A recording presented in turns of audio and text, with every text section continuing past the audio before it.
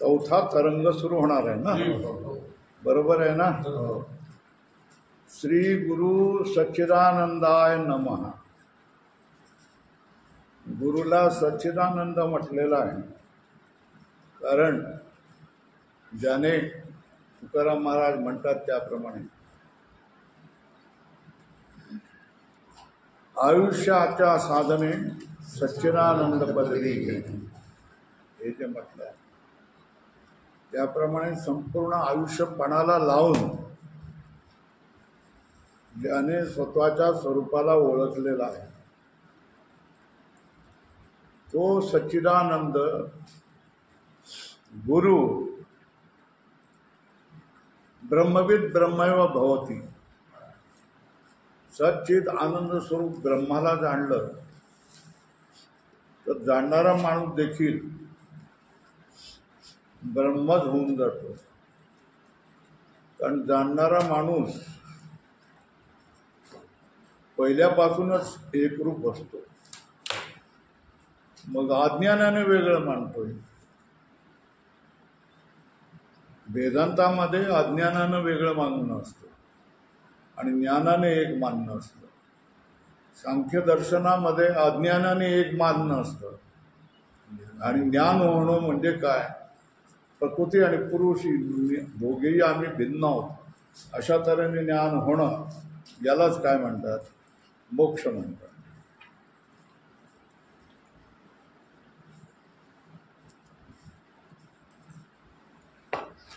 तेव्हा श्री सद्गुरु श्री गुरु सच्चिदानंदाय नमः. उत्तम अधिकारा उपदेशाचा प्रकार. उत्तम अधिकाराला उपदेश कसा करावा ती पद्धती सांगते. जो उत्तम अधिकारी म्हणजे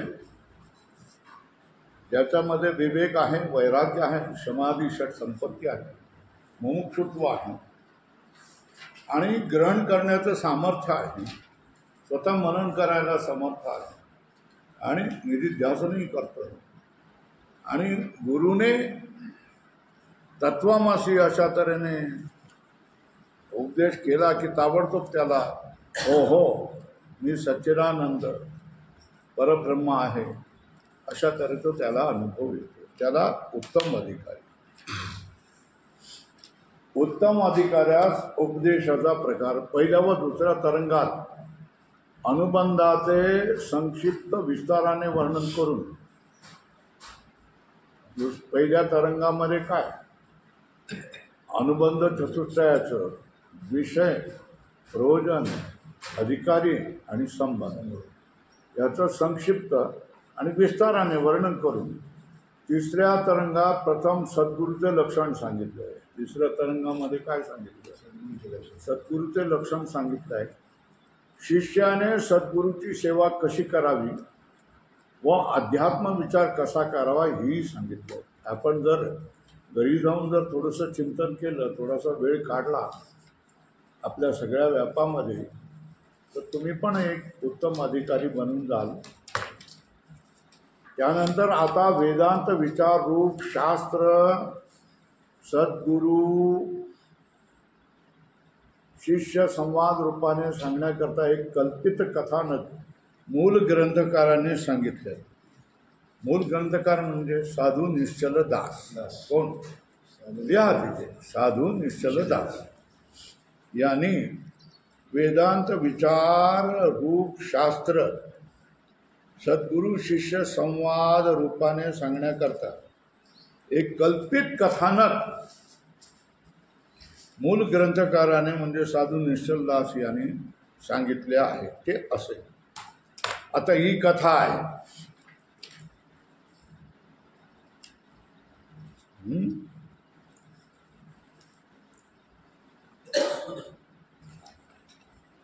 एक शुभसंमती नावाचा राजा असून, राजाचं नाव शुभसंत. त्याला किती मुलं? 3. एकाचं नाव, दुसऱ्याचं, तिसऱ्याचं. ही मुलांची नाव आहे. तत्वदृष्टी, अदृष्टी, तर्कदृष्टी या नावाचे 3 पुत्र होते. राजा सर्व गुणांनी संपन्न असून, साधी सरळ गोष्ट आहे ना, ह्याच्यात काय सांगण्यासारखं नाही आहे ना. वाचलं की तुम्हाला समजेल ना. हा, कथा आहे, सत्यनारायणाची कथा असते तसं. तर त्याच्यामध्ये काय स्पष्टीकरण करून सांगण्यासारखं नाही आहे. वाचलं की तुम्हाला समजेल ना. हा, आता एक होता शुभसंतती नावाचा राजा. त्याला 3 मुलं होती. त्यात एकाचं नाव तत्वदृष्टी, दुसऱ्याचं नाव अदृष्टी, तिसऱ्याचं नाव तर्कदृष्टी. या नावाचे 3 पुत्र होते. राजा सर्व गुणांनी संपन्न असून त्या सर्व भोग प्राप्त होते. बरेच दिवस तो भोग भोगीत असता पूर्व पुण्याईने त्याचे मनात असा विचार आला की आत्मा सुखरूप असून बाकीचे अनात्म पदार्थ तुच्छ आहेत. अधोरेखा करा. त्याच्या मनात काय विचार आला? आत्मा सुखरूप असून बाकीचे अनात्म पदार्थ तुच्छ आहेत. त्याच्या मनात काय विचार आला? आत्मा सुखरूप असून बाकीचे अनात्म पदार्थ तुच्छ आहेत. याकरता राज्य मुलांचे स्वाधीन करून आपण आत्मविचाराकरता वनात जावे. हा विचार आपल्या 3 मुलास कळविण्याकरता त्यांना एकांतात नेऊन सांगितले की, काय सांगितले त्यांना? हा प्रपंच फार दुःखरूप आहे. यात फार कष्ट भोगावे लागतात. यासाठी राज्याचा त्याग करून आत्मस्वरूपाचा विचार करीत राहावे असे मला वाटते. त्याच्या मनात काय विचार आला? हा, अधोरेखा करा. हा प्रपंच फार दुःखरूप आहे. यात फार कष्ट भोगावे लागतात. यासाठी राज्याचा त्याग करून आत्मस्वरूपाचा विचार करीत राहावे असे मला वाटते. बरोबर आहे. राज्याचा त्याग करून बाहेर जाण्याचे कारण माझ्या प्रजेतील लोक जे संसार दुःख भोगतात तेही मला पाहवत नाही. लोक जे सुख दुःख भोगतात तेही मला पाहवत नाही. पाहू नये असं वाटतंय. ज्यांच्याजवळ पुष्कळ ऐश्वर आहे किंवा ज्यांच्या हाती मोठी सत्ता आहे त्यांना विचारशून्य लोक थोर मानतात. बघा, खरं आजच्या काळाला अनुरूप आहे की नाही? आहे ना. ज्यांच्याजवळ पुष्कळ ऐश्वर आहे किंवा ज्यांच्या हाती मोठी सत्ता आहे त्यांना विचारशून्य लोक थोर मानतात. पण मला तर त्यांचे सर्व ऐश्वर दारिद्र्यापेक्षाही दरिद्र आहे असे वाटते. अधोरेखा उत्तम अधिकारी आहे म्हणून. यासाठी सर्व राजवैभव सोडून आत्मसुख प्राप्ती करता मला एकांत स्थानी जावेसे वाटते. अधोरेखा करा. एकांत स्थानी कशाला जायचं असतं? तप करण्यासाठी नव्हे. सर्व ऐश्वर सोडून दारिद्र्य आत्मसुख प्राप्ती करता मला एकांत स्थानी जावेसे वाटते. बापाने आपल्या ऐश्वर्याचा विभाग करून पुत्रास द्यावा, नाहीतर बापाच्या पश्चात मुलांमध्ये कलह माजतात. म्हणून मी राज्याचे विभाग करून तुम्हाला 3 देत आहे. हे आपापलं कथा सोपी आहे ना. याच्यात काय सांगण्यासारखं आहे ते मला सांगा. हे आपापले विभाग घेऊन सुखाने राज्य करा. मी मात्र या दुःखरूपी राज्याचा त्याग करून नित्य आत्मसुखाच्या प्राप्तीकरता वनात जातो. ज्यांना सांसारिक सुख पाहिजे ते राज्य घेणार, राज्याचे तुकडे घेणार. पण ज्यांना आत्मसुखाची प्राप्ती करायची आहे ते काय करणार? दुःखरूपी राज्याचा त्याग करणार. दुःखरूपी राज्याचा त्याग करून नित्य आत्मसुखाच्या प्राप्ती करता वनात जातो. हीच गोष्ट याज्ञवल्क्याने आपल्या ज्येष्ठ पत्नीला सांगितलंय, मैत्रेयीला. कात्यायनी आणि मैत्रेयी या दोघीही होत्या. त्यांनाही सांगितलं की आता मला संन्यास घ्यावासा वाटतोय, तुमच्यामध्ये भांडण कलह होऊ नये म्हणून मी तुम्हाला दोघांनाही सगळं वाटून देत आहे. मैत्रेयी शहाणी होती. सदैव ज्यावेळेला त्यांचं पठण पाठण चालायचं, उपदेश चालायचं, वेदांत चालायचा, त्यावेळेला ते मागे आपली कोपऱ्यात बसायचे आणि ऐकत असायचं. तिने सांगितलं की आम्हा सगळ्या प्रियजनांना तुम्हाला सोडून जाण्याची इच्छा होते. याचा अर्थ या जगामध्ये असणाऱ्या सुखापेक्षा दुसरं काहीतरी अधिक सुख आहे आणि ज्या सुखासाठी तुम्ही जाताय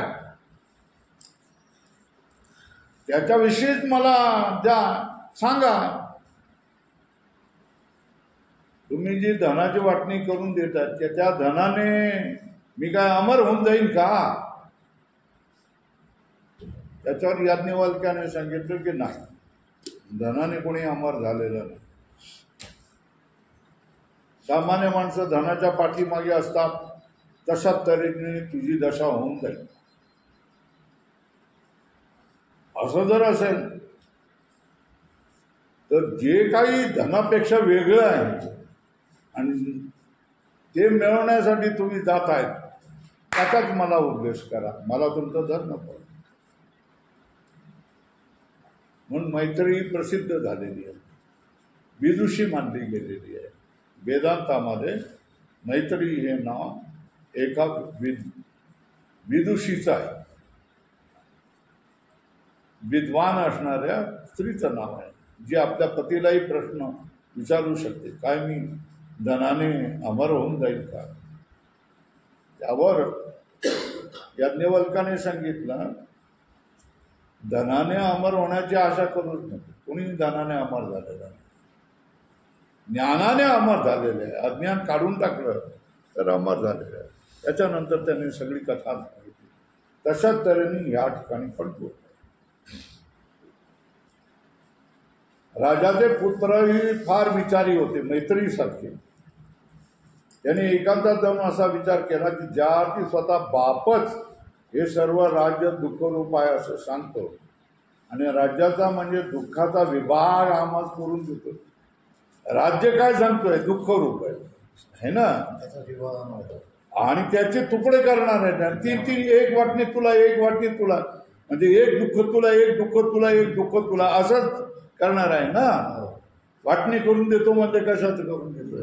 दुःखाची वाटणी. आणि ते स्वतः म्हणतात की राज्य दुःखरूप आहे, मग दुःखाचीच वाटणी करून देऊन राहिले ना तुम्ही.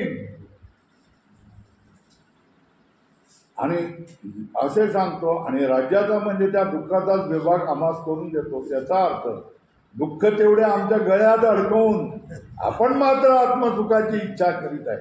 अधोरेखा केला बघा, शहाणे लोक असंच करतात.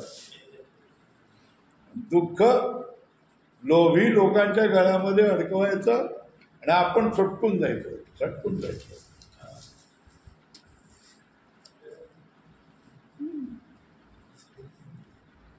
म्हणून तर कोणी घ्यायला तयार नाही. या आश्रमाचं कोणीतरी घ्या, चार्ज घ्या, मला सुटका करा, नाही घ्यायला तयार. दुसरीकडे कीर्तन करायला जायला तयार आहे, पैसे घ्यायला जायला तयार आहे. आता गुरुकुलं काढली आहे तर त्यांना अनुभव यायला लागले. गुरुकुल काढणं म्हणजे काय असतं यायला लागले की नाही अनुभव सगळ्यांना, आहे ना. जोपर्यंत गुरुकुलं नव्हते तेव्हा तोपर्यंत मोखार होते की नाही. हा, कुठेही जावा, कुठेही करा, कीर्तन करा, पैसे घ्यावा, असं होतं की नाही. आता गुरुकुल झाल्यानंतर 100 विद्यार्थी असल्यानंतर त्यांच्या सगळ्या सुख दुःख वेदना त्रास सगळं तुम्हाला अनुभव करावा लागतं, त्यांच्यासाठी करावं लागतं.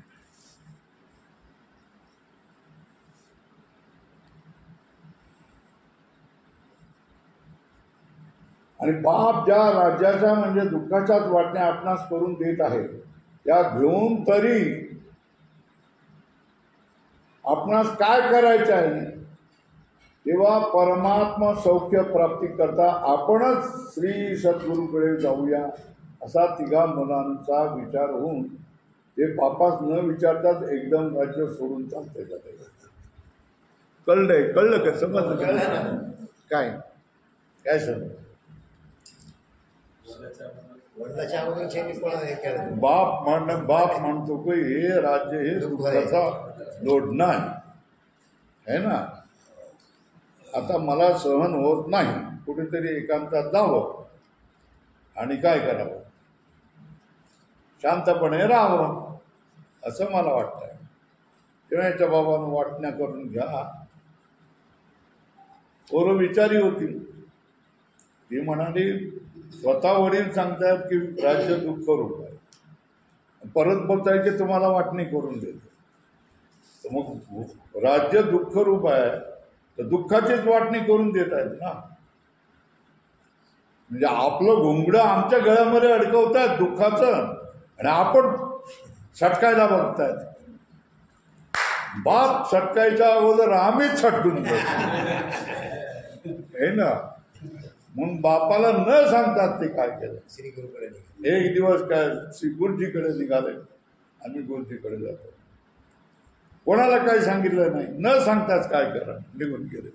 आहे की नाही? चतुर आहेत की नाही पोरं?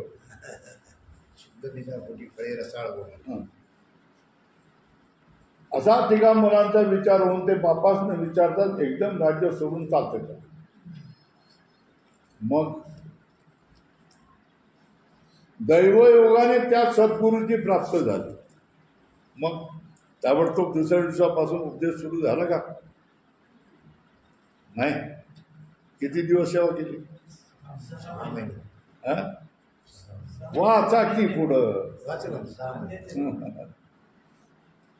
दैवयोगाने त्या सद्गुरूची प्राप्ती झाली. सद्गुरूची 6 महिने अनन्य भावे करू. किती? 1-2 नाही, 6 महिने अनन्य भावे करून तिघांनी सेवा केल्यानंतर सद्गुरूंनी सहज 6 महिन्यानंतर विचारलं, बाबा तुम्ही कोण आहेत बाबा? तोपर्यंत बघितलं देखील नाही. अरे तुम्ही ते कोण आहे तुम्ही? सद्गुरूंनी सहज तुम्ही कोण, याचे कशा करता येऊन राहिला असे प्रेमाने विचारले.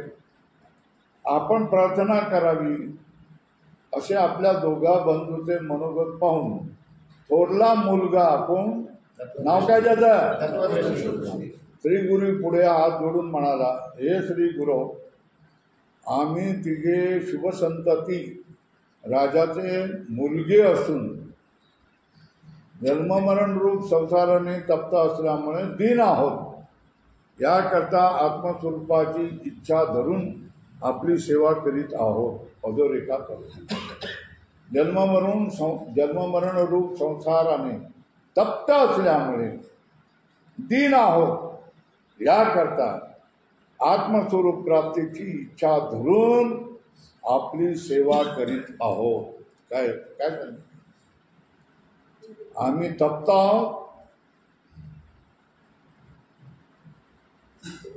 शुभसंततीचे राजा आहोत, राजाचे पुत्र आहोत.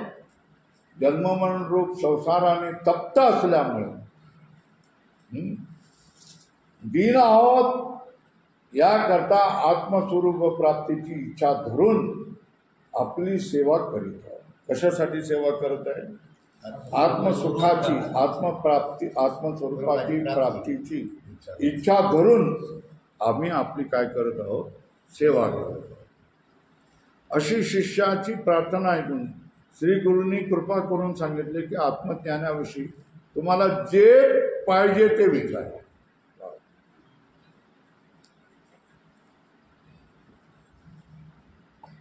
आत्मस्वरूपाविषयी तुम्हाला जे पाहिजे ते विचारा. तुमचे मनातील सर्व संशय जाऊन तुम्हाला परमानंद प्राप्त होईल. याप्रमाणे श्री गुरुची आपल्यावर असलेली कृपादृष्टी पाहून त्या तिघा राजपुत्रास फार आनंद झाला. आणि ज्याकरता आपण राज्य सोडून बाहेर पडलो त्याचं काय झालं? चीज झालं. काय? ज्याकरता आपण राज्य सोडून बाहेर पडलो त्याचं काय झालं? चीज झालं, म्हणजे फळ मिळालं त्याचं. आपण राज्य सोडलं त्याचा लाभ झाला ना, असा त्यांचा भरवसा आला. असा काय केला?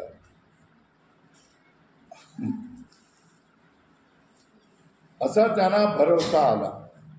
आणि श्री गुरु आत्मज्ञानाविषयी प्रश्न विचारण्यास प्रथम तत्वदृष्टीने आरंभ केला. पहिल्या प्रथम कोण प्रश्न विचारतोय? प्रश्न विचारतोय, शास्त्रारंभ. आता गुरु आणि शिष्यामध्ये शास्त्राचा आरंभ झालेला. प्रश्न कशा विचारायचा, गुरुला समीप कसं जायचं, गुरुशी कसं बोलायचं, गुरुला काय सांगायचं, गुरुला प्रश्न कोणते विचारायचे, हे सगळं पद्धत ह्याच्यामध्ये सांगितलेली आहे. येथून पुढे शास्त्राला आरंभ झाला. साधारण मुमुक्षू नेहमी ज्या शंका येतात त्याचे सोपपत्तिक विवेचन, उपपत्तीसह कार्यकारण भाव सह विवेचन पुढील सद्गुरु शिष्य संवादात आहे. म्हणून चांगले लक्ष देऊन वाचले पाहिजे, लक्ष देऊन वाचलं पाहिजे. हे भगवान श्री गुरु, आपण कृपा निदान आणि सर्वज्ञ आहात. हे याला म्हणतात स्तुती. स्तुतीने समोरचा कुठलाही माणूस किती कठोर असला तरी द्रवीभूत होतो, है ना. तर हे भगवान म्हटलंय, श्री गुरु म्हटलेलं आहे, आपण कृपाचं निधान आहात, कृपेचे सागर आहात, कृपेचा खजिना आहात आणि सर्वज्ञ आहात. अशा तऱ्हेने श्री गुरुची स्तुती केली. पुढे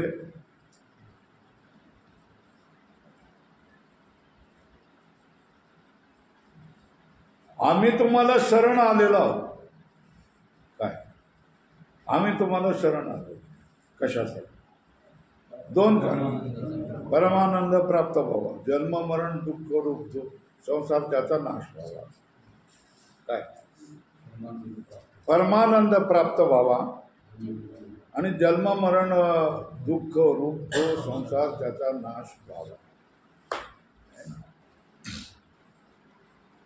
इच्छा कुठल्या काय केल्या? दोन कारण. काय? आणि जन्म मरण दुःख रूप जो संसार आहे तो आमच्यासाठी काय व्हावा? नष्ट व्हावा. अशी दोन प्रकारची इच्छा धरून आपण शरण आलो. गुरुला शरण कशासाठी जायचं असतं? हे ना. पहिलं दुसरं दुःख जो संसार आहे त्याचा नाश व्हावा. बरोबर आहे. निषिद्ध कर्माचा त्याग करून विहित कर्माचे अनुष्ठान आणि ईश्वरोपासनाही पुष्कळ केली आहे. आम्ही काय केले? निषिद्ध कर्माचा त्याग केला. पुढे काय केलंय? विहित कर्माचे अनुष्ठान केलेलं. आणखी काय केलंय? ईश्वरोपासनाही पुष्कळ केली आहे. तीन गोष्टी केल्या. निषिद्ध कर्म केलं नाही, विहित कर्माचं खूप अनुष्ठान केलेलं आहे आणि ईश्वराची भक्ती पण केलेली आहे. मग काय झालं?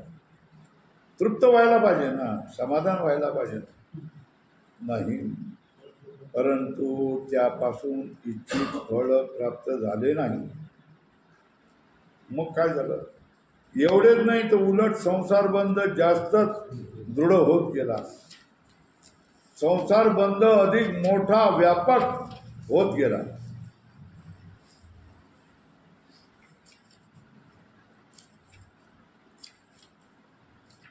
मग सत्कर्माचरण आणि उपासना अनुष्ठान हे कशाला करायचं असतं? त्याच्यामुळे काय मिळतं? सत्कर्म आणि भक्तीचं अनुष्ठान, सत्कर्माचरण आणि उपासना अनुष्ठान यापासून काय मिळणार तुम्हाला? उत्तम लोकांची प्राप्ती. लाल करा. तुम्ही कितीही सत्कर्म करत राहा, आहे ना, कितीही ईश्वराची काय करा, उपासना करा, भक्ती करा. तुकोबारायचा आज सदैव वैकुंठ गमन आहे ना, दिवस आहे ना. मग तुकोबारायच्या भक्तीचं फळ काय? कोणाला वारकऱ्यांना विचार, काय सांगेल तू? सदेह देहास वैकुंठाला येत पोहोच गेले. त्यांच्या भक्तीचं फळ काय? सदैव वैकुंठ गमन. त्याने जी इतके वर्ष भक्ती केली त्याचं फळ त्यांना काय मिळणार? हे तर त्यांच्या चरित्रामध्ये आहे ना. आज 12 वाजता गेले ना, बरोबर आहे. सत्कर्माचरण आणि उपासना अनुष्ठान यापासून जरी उत्तम लोकांची प्राप्ती झाली, उत्तम लोकांचीच प्राप्ती होणार, तुम्हाला दुसरं काय होऊ शकत नाही. फिर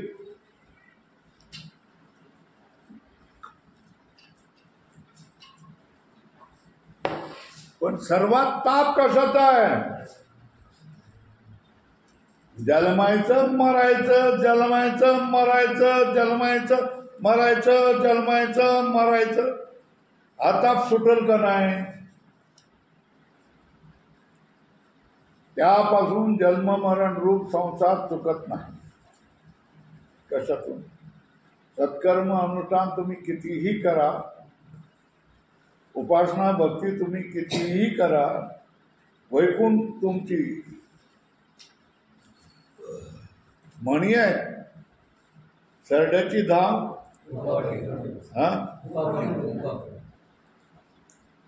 वहीपर्यंत कोकणात म्हणतात. सरड्याची धाव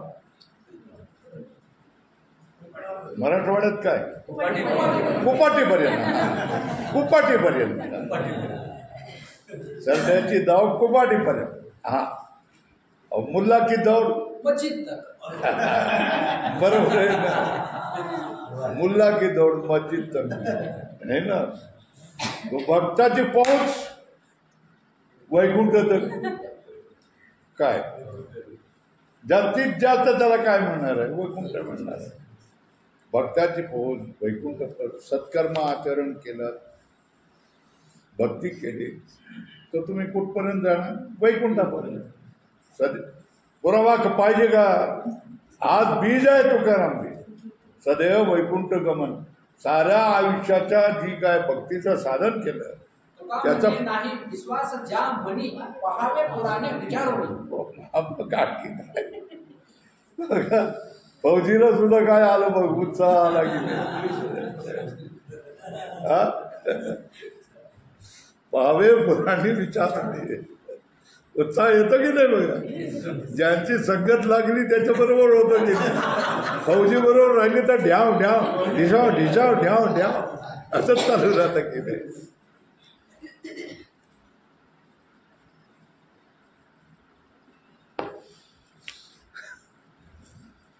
तर तुम्ही भक्ती कितीही करा, तुमची पहुंच तुम्ही कुठपर्यंत जाणार? सदैव वैकुंठ गमन. पुरावा तुकाराम आज बीज आहे.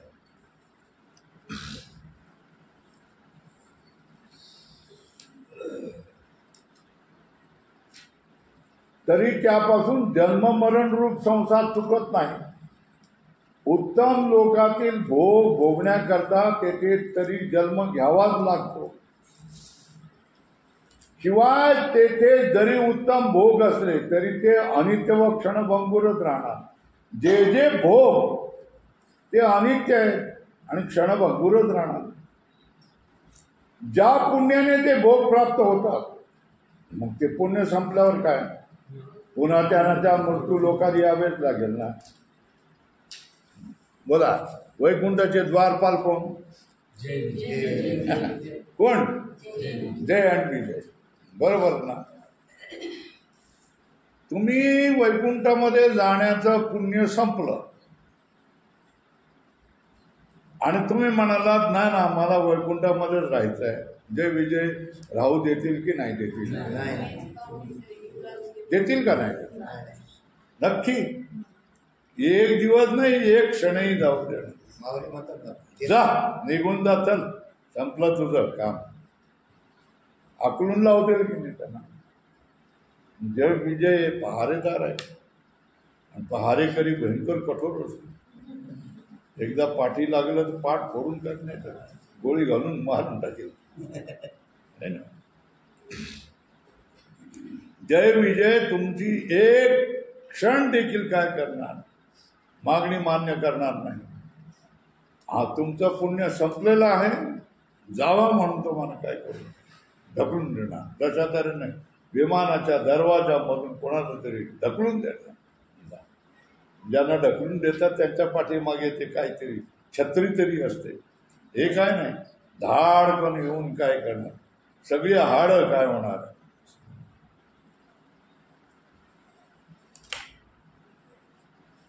माऊली म्हणतात पुण्याची पावटी सरी, इंद्रपणाची उठी उतरी, म्हणून मृत्यू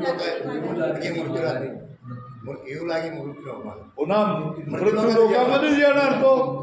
पुण्याची पावटी सरी वापस यायची, दुसरीकडे कुठेही नाही जाणार. एक भोग केला, भोग झाला की चल मृत्यू लोकांमध्ये. ज्या पुण्याने ते भोग प्राप्त होतात ते पुण्य संपल्यावर पुन्हा त्यांना या मृत्यू लोकात यावे लागते. यावे लागते ते लागतेच. म्हणून त्या भोगांचा आनंद अनित्य आहे. अधोरेखा करा, भोगांचा आनंद अनित्य आहे.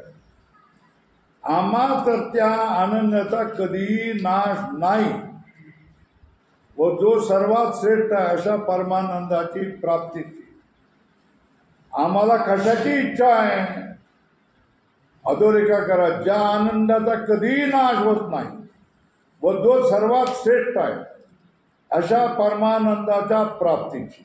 एक. दुसरं रूप जन्म मरण दुःख रूप संसाराची निवृत्तीची इच्छा आहे.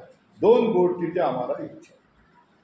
जन्म मरण रूप संसार दुःखाच्या निवृत्तीची इच्छा आहे, परमानंदाच्या प्राप्तीची इच्छा आहे. वेदांतामध्ये देवाजवळ मागणं मागायचं असेल, इच्छा धरायची असेल, जीवनाचं लक्ष धरायचं असेल तर हे परमानंदाची प्राप्ती आणि काय दुःखाचा आत्यंतिक नाश.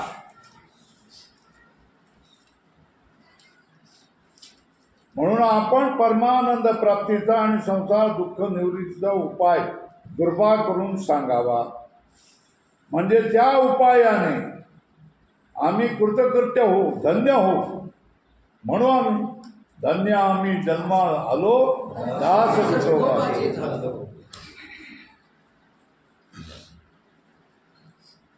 कृतकृत्य होऊ अशा उपायाने आम्ही कृतकृत्य झालो तरच आमच्या मनुष्य देहाचे सार्थक आहे. कधी? अधोरेखा करो. ज्ञानाच्या उपायाने तुम्ही कृतकृत्य झालं तरीच तुमच्या मनुष्य देहाचे सार्थक आहे. अधोरेखा करा. काय मनुष्य देहाचं लक्ष काय?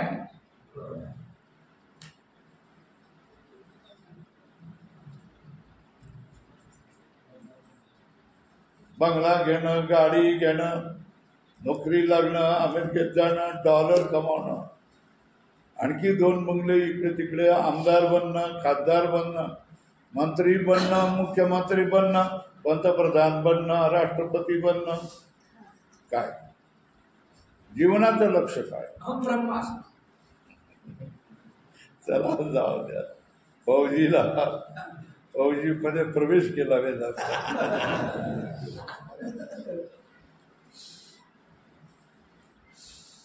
ब्रह्मादिक पदे दुःखाची शिरावी. या प्रत्येक पदाने काही कोणत्या प्रकारचं सुख प्राप्त होत नाही. पण मनुष्य देहाचे जे साधने आणि सच्चिदानंद पदवी तेव्हा ते ते मन आणि मागणी काय करायचं, मागणी काय करायची, जीवनाचं लक्ष काय ठेवायचं. भोग, बंगला, गाडी या गोष्टी जीवनाचं लक्ष नाही. ही साधन आहे, लागतात ना, सगळ्यांनाच लागतात. पण तो जीवनाचं लक्ष नाही, तेवढंच नाही. हे काय नाही, साधन आहे, सगळ्यांना लागतं. मी मागितली एखादी गाडी, काय करणार. सामान कुठून आणायचं असेल, कोणाला आजारी असेल पोरला, त्याला घेऊन जायचं असेल तर काय करणार, गाडी लागते. पण ते जीवनाचं लक्ष आहे. जीवनाचं लक्ष परमानंदाची प्राप्ती आणि जन्म मरण दुःखाचा आत्यंतिक नाश. बस. भयापासून दूर, चिंता काळजी या सगळ्यापासून दूर. मरण येत असेल येऊ द्या, 1 वर्षाने येत असेल तर 1 महिन्यात यावं, 1 महिन्यात येत असेल आज येऊ असेल तर आता येऊ दे. मी घाबरत नाही. मरणा, तू मला घाबरवू शकत नाही. तू मला चॅलेंज देऊ शकत नाही, आव्हान देऊ शकत नाही. मी तुला दबू शकत नाही. काहीही होऊ दे. तू जास्तीत जास्त काय करू शकतो, मरण जास्तीत जास्त काय करू शकतो. देहाला मारू शकतात ना. देहाला मारलं तर काय होणार ना, देह निचेष्ट होणार. निचेष्ट झाल्यानंतर लोक काय करणार, जळून भस्म करणार, माती करणार. मी देहापेक्षा वेगळा आहे, मी आत्मा आहे. आत्म्याला कोणीही मारू शकत नाही. आत्मा कोणालाही मारत नाही, आत्म्याला कोणीही मारू शकत नाही. भगवद्गीतेमध्ये आहे. पण नैनम छंदसी शस्त्राने नैनम दहती पावका.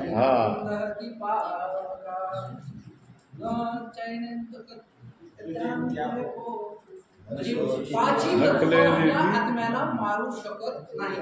या श्लोकाचा अर्थ. न हन्यते हन्यमाने शरीरे. शरीराला तुम्ही मारलं तरी तो मरत नाही. कारण कारण कारण कारण कारण तो आत्मा आहे. शरीर मारलं जातं, शरीर मरतं, पण आत्मा मरत नाही. आत्माला मारलं जाऊ शकत नाही. का? कारण तो आत्मा आहे. आत्म्याचे तेच लक्षण आहे. जो अमर आहे तो आत्मा आहे. ज्याला मारलं जाऊ शकत नाही, ज्याला नष्ट केलं जाऊ शकत नाही, तो कोण आहे? आत्मा. बरोबर आहे.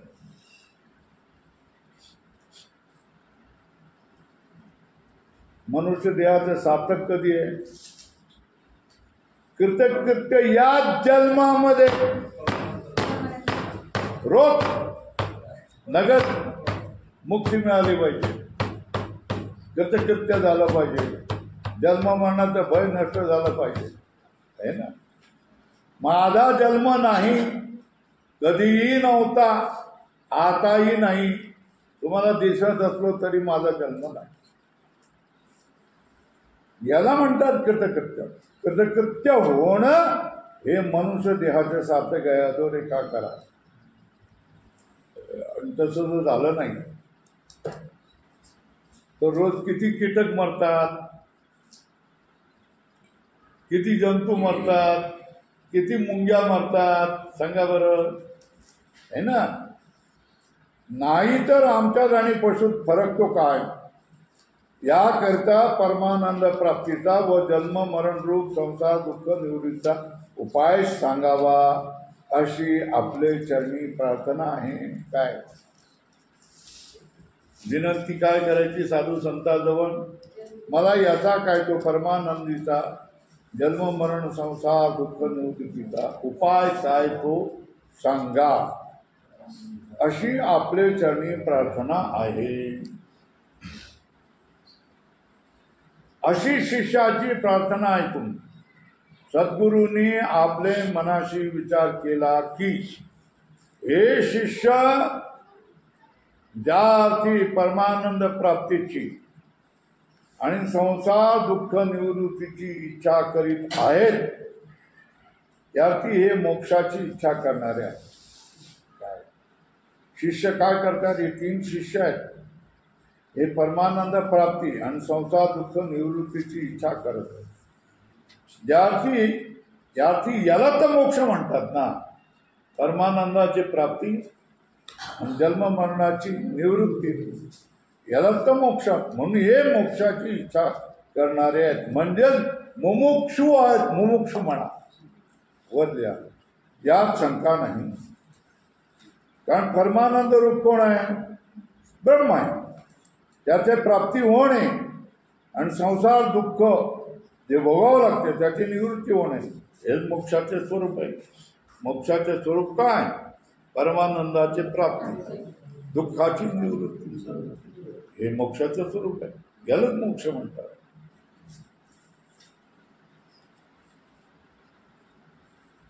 आणि त्याचीच इच्छा या शिष्याचा आहे. म्हणून हे मुमुक्षु आहे, वर्तुळ करा, आवळा करा पेंटरच्या भाषेमध्ये. हे काय मुमुक्षु आहेत. याकरता यांना ज्ञानाचाच उपदेश केला पाहिजे. का ज्ञानाचाच का उपदेश केला पाहिजे? ज्ञानावादून अन्य कोणत्याही उपायाने मोक्ष प्राप्त होत नाही, केवळ ज्ञानानेच प्राप्त होतो. श्रुती लिहायची तर लिहा, ऋते ज्ञानात न मुक्ती. ऋते ज्ञानात न मुक्ती, ज्ञानात एव तु कैवल्यम.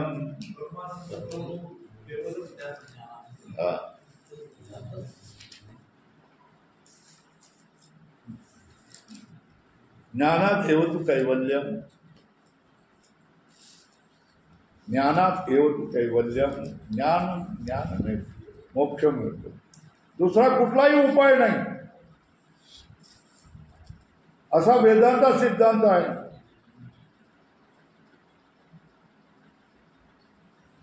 काय? परंतु ज्ञानाचा उपदेश केला पाहिजे एवढे म्हटल्याने भागणार नाही. कारण सांख्य मतात देखील ज्ञान हा शब्द आहे ना, विवेक ख्याती म्हटलेलं आहे. काय म्हटलेलं आहे? विवेक ख्याती म्हणजे विवेक ज्ञान. सांख्य मतात प्रकृती पुरुषाच्या विवेकाचे ज्ञान, कणादाचे मतात सप्तपदार्थाचा विचार करणे हे ज्ञान. अशा रीतीने पुष्कळ शास्त्रकार निरनिराळ्या प्रकारांनी ज्ञानाचे स्वरूप सांगून त्या ज्ञानापासून मोक्ष होईल असे म्हणतात. काय म्हणतात? बरोबर आहे? झोप तर येत नाही ना? वरून पंखा चाललाय, खालून जळा येते, सुस्ती येते ना. हा वेळ सुस्तीचा आहे.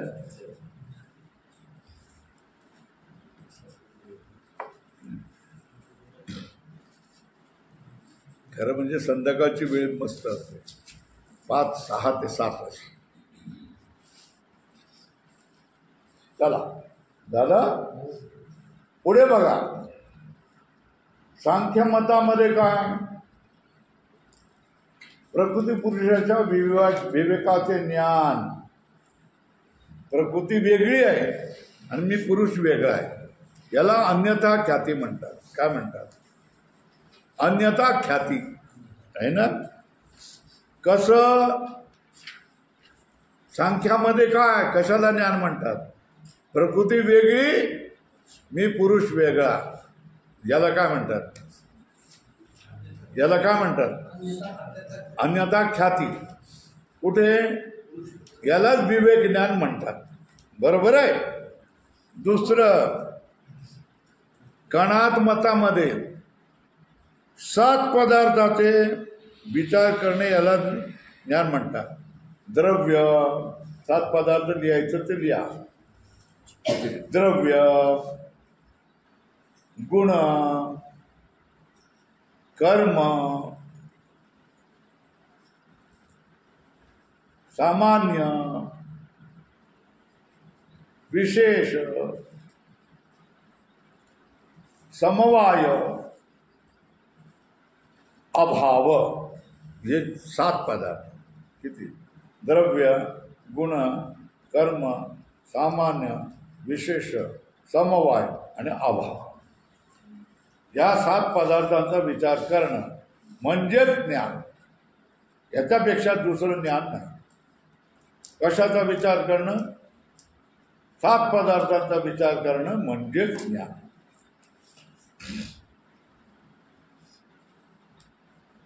कुठला? द्रव्य, गुण, कर्म, सामान्य, विशेष, समवाय, अभाव. हे कुठल्यामध्ये? कणाद मतामध्ये, वैशेषिक मतामध्ये. अशा रीतीने पुष्कळ शास्त्रकार निरनिराळ्या प्रकाराने ज्ञानाचे स्वरूप सांगून ज्ञानापासून मोक्ष होईल असे म्हणतात, है ना. पण ते व्यर्थ आहे. का व्यर्थ आहे? ते जे म्हणतात ते व्यर्थ आहे. का? मोक्ष हा वेदाने सांगितलेल्या जीव ब्रह्म ऐक्य ज्ञानानेच होतो. अधोरेखा करा, लाल करा, काय करायचं ते करा. मोक्ष कशाने होतो? जीव ब्रह्म ऐक्य ज्ञानाचा उपदेश केला पाहिजे. काय? जीव ब्रह्म ऐक्य ज्ञानाचा उपदेश केला पाहिजे. जीव ब्रह्म ऐक्य ज्ञानानेच होतो. याकरता शिष्यांना जीव ब्रह्म ऐक्य ज्ञानाचा उपदेश केला पाहिजे असे श्री गुरूंनी आपल्या मनाशी ठरवून त्या ज्ञानाचा उपदेश आरंभ केला. कोणी? श्री गुरु. आता बघा कसं बोलतायत.